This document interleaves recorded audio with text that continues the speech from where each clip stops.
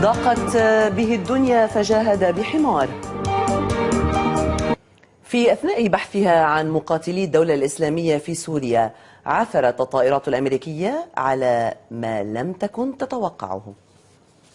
في البداية أثارت داعش الجدل بإعلانها عن تجنيد أول حمار للقتال، ليتبين فيما بعد أن للحمير مهمات أخرى. A video has surfaced which was shot from a camera on a drone that captures a member of ISIS, according to this leaker, having sex with a donkey. Did I mention that? Do you want to see the video, Elliot? Are you intrigued? Would you pay for it? With a donkey? No. هنا الجدل بحد ذاته، فقد غصت الأوساط الإعلامية العالمية بالتعليقات بعد نشر وسائل إعلام أمريكية ودولية مقطع فيديو طويل التقطته طائرة مراقبة أمريكية لأحد عناصر تنظيم داعش في سوريا وهو يمارس الجنس في الخلاء مع حمار. As he's a jihadist, so already he could just be an innocent farmer. It's true.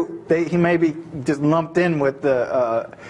This is what I mean. This is a piece of propaganda. لعل أبرز ما أجمعت عليه وسائل الإعلام في انتقادها الواقعة هو عبارة واحدة: قد تؤثر الوحدة على الإنسان خلال مشاركته في الحرب لتجعله قابل للتجارب، لكن لا تصل عادة لإيجاد شريك في الحياة.